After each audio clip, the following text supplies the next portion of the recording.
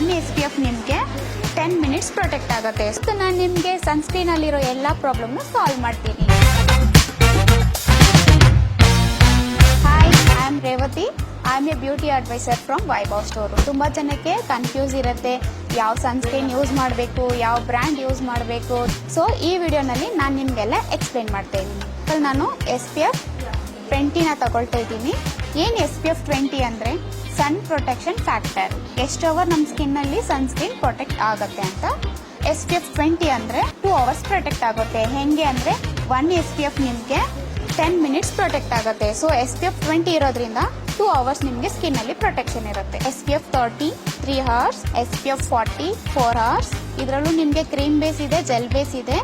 Then SPF 45 4.5 hours. ನೀವು ತುಂಬ marketing ಜಾಸ್ತಿ ಹೋಗಿರ್ತೀರಾ, ಮೋರ್ ದೆನ್ 5 ಅವರ್ಸ್ ಇದೆ ಅಂಥವ್ರು ನೀವು SPF 50 ಯೂಸ್ ಮಾಡಬೇಕು. Then one more SPF 60 serum base. First gel base ಆಯಿತು, ಕ್ರೀಮಿ ಬೇಸ್ ಆಯಿತು, ನೆಕ್ಸ್ಟ್ ಇಲ್ಲಿ ಸೀರಮ್ ಬೇಸ್ ಇದೆ.